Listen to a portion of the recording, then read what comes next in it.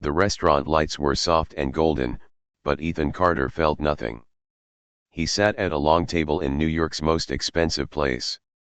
Around him, laughter echoed, glasses clinked, perfumes filled the air. Everyone said this night would be unforgettable. For Ethan, it was just another show. 8 of the most stunning women in the city had come to see him. Models, actresses, women whose faces appeared on magazines, billboards, and flashing screens in Times Square. They smiled at him with perfect teeth, their dresses shining under the light. Every eye in the room waited for Ethan's reaction. Would he choose one of them?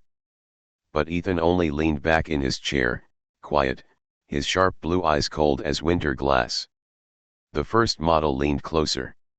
"Ethan, you're the most successful man in New York. With me, your life would shine brighter. We could travel, show the world our power." Ethan gave a polite smile. Then, softly, "I'm not interested." Her face froze. Gasps whispered around the room. The second model laughed and brushed his arm. "Oh, come on, Ethan. Don't act so serious. With me, you'll never be bored. I'll keep you smiling every day." Ethan's smile faded. He shook his head. "No. Sorry." The third model tried harder, her voice softer, her eyes full of charm. "Ethan, I know what you want. I can give you peace, joy, excitement all in one. Don't waste your time looking elsewhere." But Ethan's answer was the same. One by one, the women tried. They offered him beauty, luxury, and promises of a dream life. One by one, Ethan rejected them. By the 8th rejection, the room had fallen silent. The women looked at each other with confusion. Some were angry. Others felt insulted. No man had ever said no to them, not like this. A friend sitting beside Ethan leaned in, whispering, "What are you doing? Do you know who these women are? Any man would give everything for one chance with them." Ethan's eyes stayed on the table. He said quietly, "I don't care." The friend frowned. "Then what are you looking for?" But Ethan had no answer. He only knew what he wasn't looking for. To the world, Ethan had everything. He was 34, a billionaire, owner of one of the largest tech companies in the country. People said he could buy anything, control anything, win anything. But deep inside, Ethan felt empty. He had money, power, and endless choices, but none of them touched his heart. That night, when the last model left with angry steps, Ethan stayed alone at the table. The laughter had died. The music played softly in the background, but his mind was far away. He whispered to himself, "What am I missing?" Outside, the city roared with life. Cars honked, lights flashed, people hurried across streets. Ethan drove home in silence, his expensive car moving smoothly through the night. At his penthouse, high above the city, the glass walls looked out over the skyline. But even that view, once beautiful, now felt lifeless. He poured himself a glass of water and sat down. The silence around him was heavy. His phone buzzed messages from the rejected models, angry questions from his business partners, even jokes from his friends. Ethan ignored them all. Hours later, his stomach growled. He hadn't eaten dinner. He sighed and opened a food delivery app. For a billionaire, cooking was unthinkable, and his private chef had left early. He pressed a few buttons and ordered something simple. When the knock came at the door 30 minutes later, Ethan walked over without much thought. He opened the door. And froze. It wasn't beauty that stopped him. Not the kind the models carried. The delivery girl looked tired. Her dark hair was pulled back in a messy ponytail. Her uniform was a little wrinkled, her hands holding the food bag carefully. But it was her eyes, deep brown, shadowed with exhaustion yet filled with quiet strength, that caught him off guard.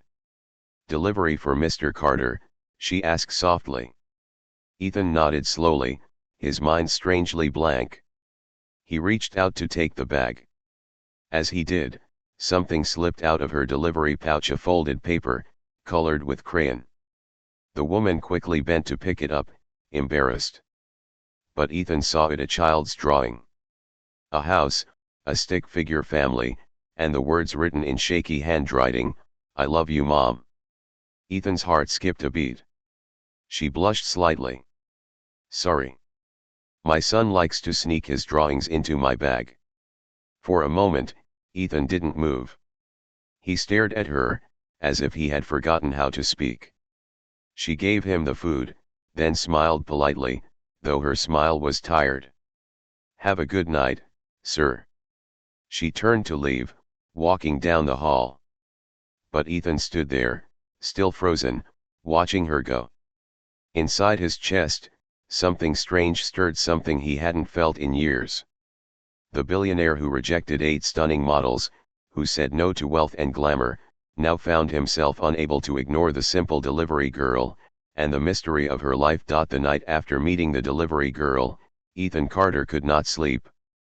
He lay in his penthouse, staring at the ceiling. The city outside glowed with lights, but inside, everything felt quiet, almost heavy. Why had one tired delivery girl caught his attention, when 8 stunning models had not? Her name was still unknown to him.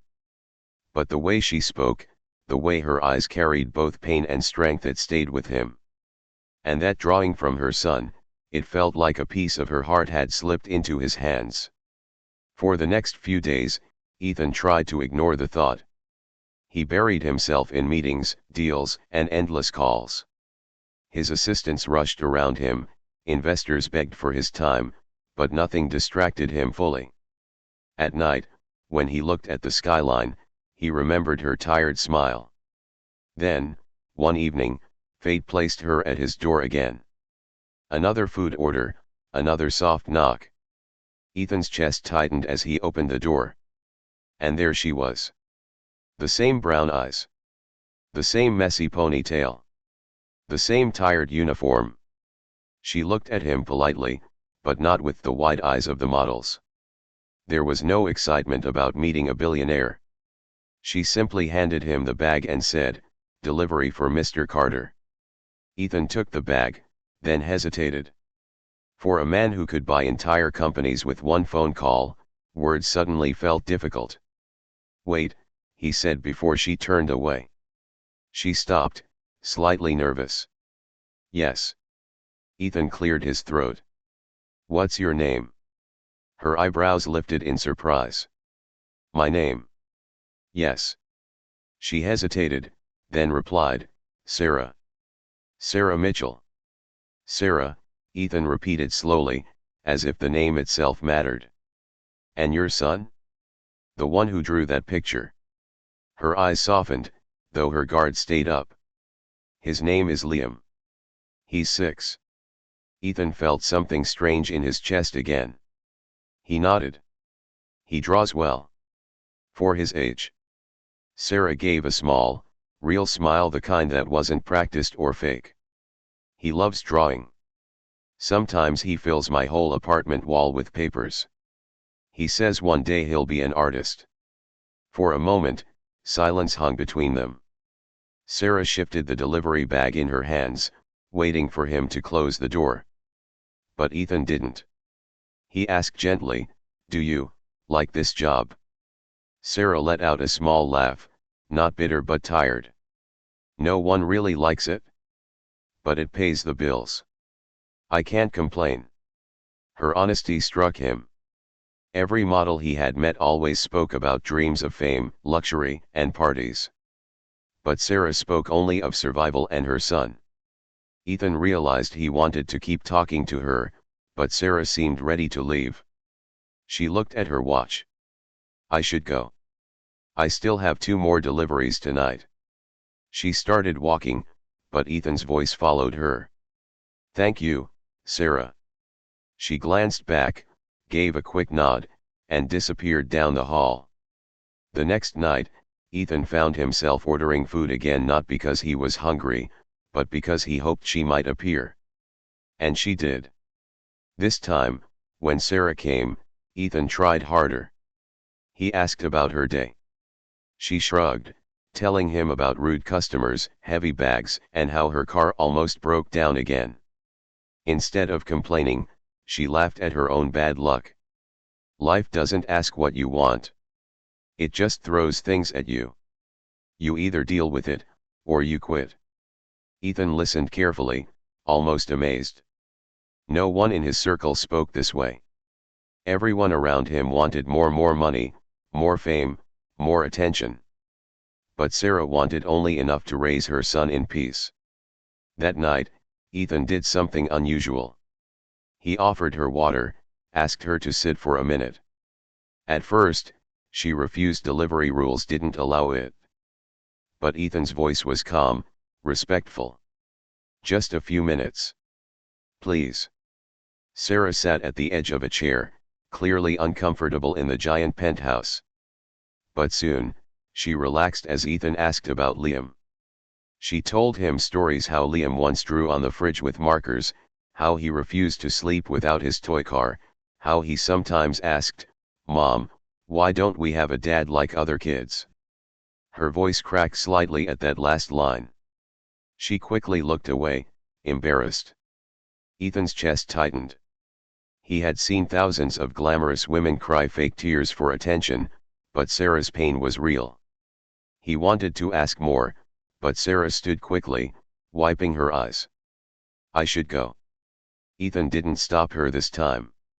He only said softly, "You're stronger than you think, Sarah." She gave him a long look, confused, maybe touched, then left. That night, Ethan walked around his empty penthouse.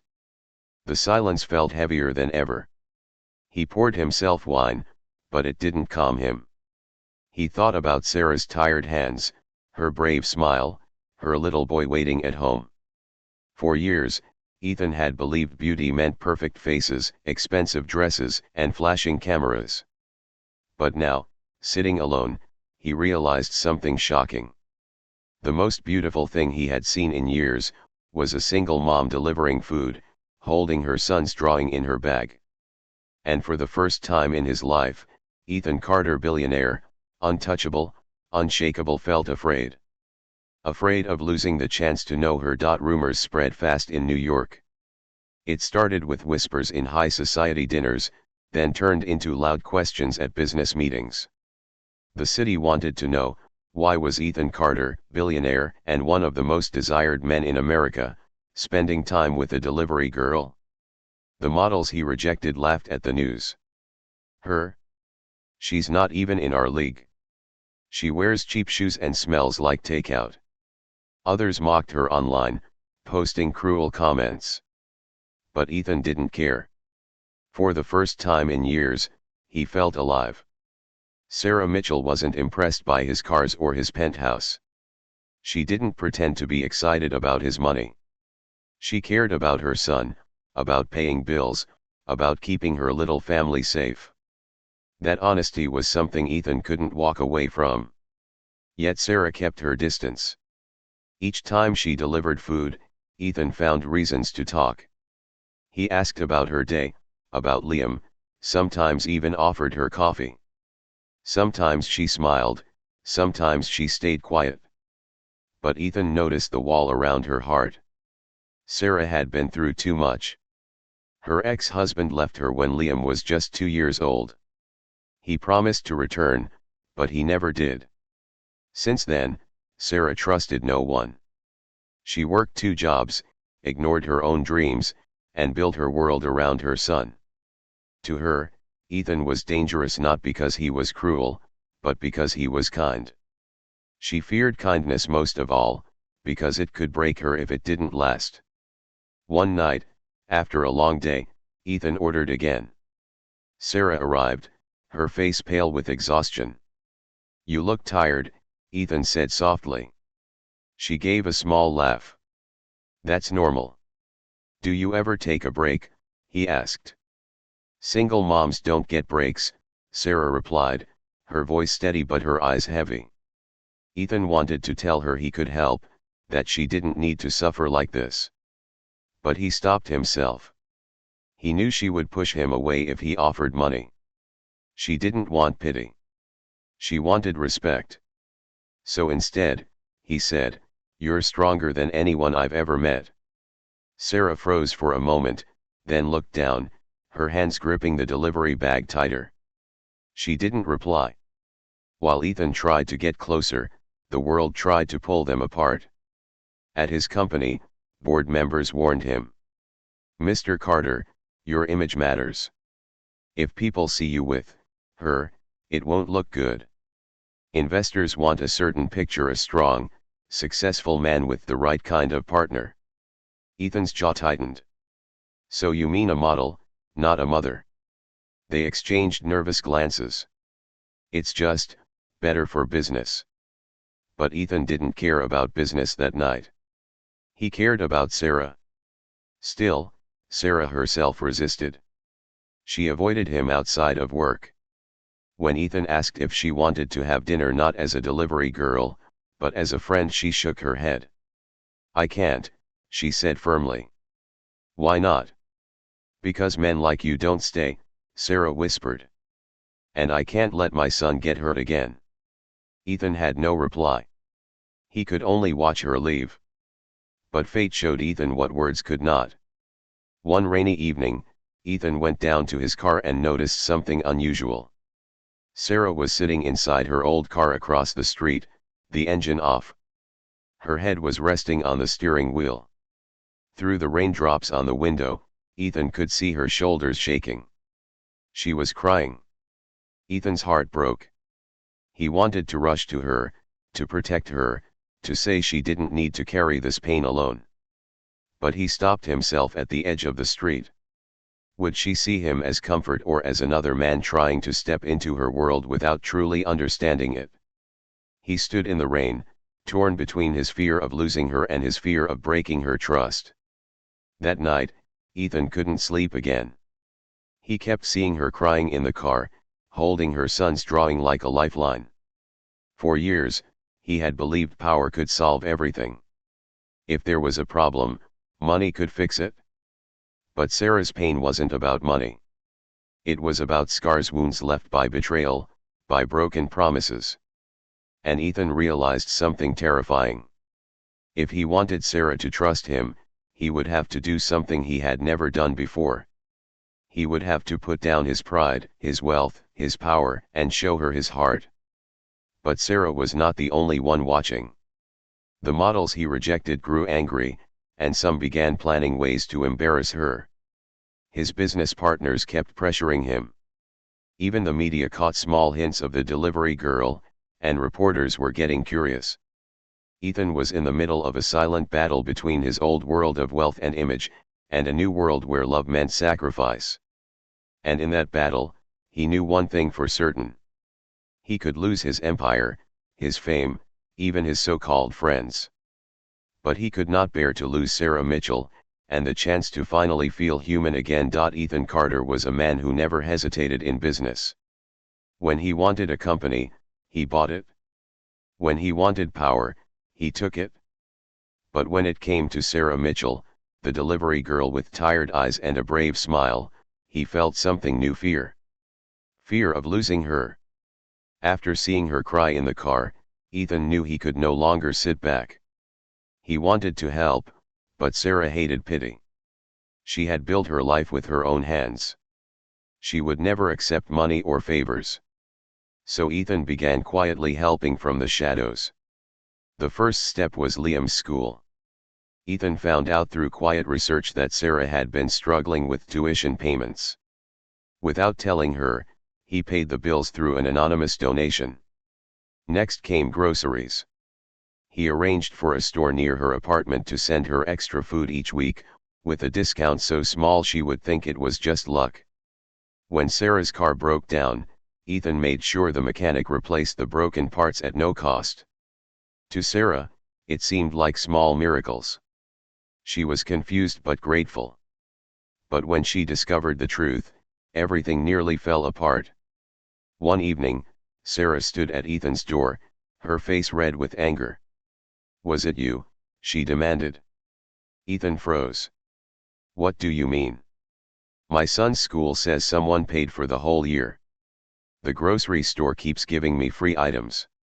And the mechanic said some mystery man covered the bill. Was it you, Ethan? Her voice shook, not with joy, but with fury. Ethan tried to explain. Sarah, I just wanted to help. I don't need your money, she snapped. I don't need your charity. Ethan stepped closer, his voice low but steady. It's not charity. It's because I care. Sarah shook her head, tears in her eyes. That's what my ex said too. He cared, until he didn't. Until he left. I don't trust words anymore, Ethan. And I don't want Liam to get hurt because some rich man feels sorry for us. Her words hit Ethan like a storm. For once in his life, he had no defense, no clever reply. He just stood there, silent, watching her walk away. The next days were the hardest. Sarah didn't come to his door. When he ordered food, someone else delivered it. The silence inside his penthouse felt heavier than ever. Ethan realized money had only pushed her farther. If he wanted to win Sarah's trust, he had to do something no one expected. He had to step down from the world of billionaires and meet her in her world. A week later, Sarah returned from her shift to find something strange. Outside her apartment door sat 2 grocery bags. Not filled with expensive wines or luxuries, just simple things: pasta, bread, milk, apples, peanut butter. And next to them, a note written in plain handwriting: dinner, for all 3 of us. No money. Just me. Her heart trembled as she opened the door. Inside, she found Ethan standing awkwardly in her tiny kitchen. He wore no suit, no expensive watch. Just jeans and a plain shirt. His sleeves were rolled up, his hands clumsy as he tried to cut vegetables. Don't panic, Ethan said with a small smile. I promise not to burn the pasta. Sarah stared at him, stunned. She had never seen him like this. He looked less like a billionaire, more like a man trying to fit into her world. Dinner was simple. Pasta and bread. The food wasn't perfect, but Liam laughed when Ethan dropped a spoon on the floor. For the first time, Sarah saw her son smiling with another man freely, without fear. After dinner, Ethan helped Liam with his drawing. The little boy proudly showed Ethan a picture of 3 stick figures holding hands. That's me, Mom, and Liam hesitated, then looked at Ethan. You. Ethan's throat tightened. Sarah's eyes filled with tears she tried to hide. When Liam went to bed, Sarah stood in the doorway, watching Ethan clean the dishes. She finally spoke, her voice soft. Why are you doing this? Why risk everything for us? Ethan turned, meeting her eyes. His voice was steady, but full of emotion. Because I've spent my whole life surrounded by people who wanted my money, my power, my name. You're the only one who doesn't want any of it. You're the only one who makes me feel real. Sarah's lips trembled. She wanted to believe him, but fear still held her back. She whispered, don't break us like the others did. Ethan stepped closer, his eyes full of sincerity. I won't. Not now. Not ever. That night, Sarah lay awake long after Ethan left. She remembered his clumsy cooking, his awkward smile, the way Liam laughed beside him. For the first time in years, she wondered if maybe, just maybe, this man was different. But her heart, scarred by betrayal, still whispered warnings. And she knew one truth: if Ethan broke his promise, it wouldn't just break her. It would break her son too. Weeks passed, and the world around Ethan Carter grew louder. The media had started to notice. Headlines whispered, billionaire seen with delivery girl. Business partners pressed harder, this is reckless, Ethan. Your reputation will suffer. And the models he once rejected threw parties just to laugh about Sarah. But Ethan stayed silent. He didn't defend himself in front of cameras. He didn't care about the jokes. The only thing that mattered was Sarah and her son, Liam. Sarah, however, still struggled with trust. She spoke with Ethan when he visited, but she never fully let him in. Sometimes she pulled away for days, ignoring his calls. Sometimes she told him directly, "Don't get too close." But Ethan didn't give up. For the first time in his life, he waited. One Saturday, Liam had a school play. Sarah almost didn't tell Ethan, but Liam insisted. "Can he come, Mom? Please." Sarah finally sighed and nodded. "Fine. But don't be disappointed if he doesn't." That afternoon, Ethan arrived not in a luxury car with bodyguards, but quietly, in a simple jacket. He didn't sit in the front row where parents could see him. He chose the back seat, blending in, as if he wanted no attention. When Liam walked onto the stage, wearing a paper crown, Ethan's hands tightened around the program booklet. His eyes softened, almost shining. Liam searched the crowd nervously. And when he spotted Ethan in the back, his whole face lit up. He shouted, loud enough for everyone to hear, "You came." The auditorium fell silent for a moment, then the play continued. But Sarah's heart twisted. She hadn't seen Liam that happy in years. After the play, Sarah found Ethan outside. Liam ran straight into his arms, hugging him tightly. Ethan knelt, holding the boy as if he were made of glass. "I wouldn't miss it," Ethan said softly. Sarah stood a few feet away, watching. Her walls, the ones she had built for years, began to crack. That evening, she invited Ethan inside her apartment. For the first time, not as a guest to drop off food or cook dinner but as someone she trusted enough to stay. The apartment was small, nothing like his penthouse. The paint on the walls was fading, the furniture old. But Ethan didn't care. He sat on the worn couch, smiling as Liam showed him drawings of superheroes. Later, when Liam finally fell asleep, Sarah sat across from Ethan, her hands shaking slightly. "I don't understand you," she whispered. Ethan tilted his head. "What do you mean? You could have anyone. You could live with models, travel the world, be with people who look perfect all the time. Why choose me? Why choose a woman who works 2 jobs and barely survives?" Ethan leaned forward, his eyes locked on hers. "Because none of them are real, Sarah. They all wanted my money, my name, my status. But you don't want anything from me. You're not perfect, but you're honest. You're strong. And you're the only one who makes me feel alive." Sarah's eyes filled with tears. "And if one day you change your mind? If you walk away?" Ethan shook his head. "Then I would lose the only thing I ever truly needed." Silence filled the room. Sarah looked down at her hands, then back at him. She saw no lies in his eyes, no arrogance, no games. Just a man willing to fight for her and her son. Her voice cracked. "I can't get hurt again. And I won't let Liam get hurt." Ethan reached across the table, his hand covering hers gently. "Then let me spend my life proving I won't hurt either of you." The next morning, Sarah woke up to the sound of Liam laughing in the kitchen. She walked in to find Ethan cooking pancakes, clumsily flipping them while Liam cheered. The scene looked almost ordinary, like a family. Sarah stood there, tears in her eyes, realizing that something had already changed. For years, she had carried her life alone. But now, there was someone willing to carry it with her.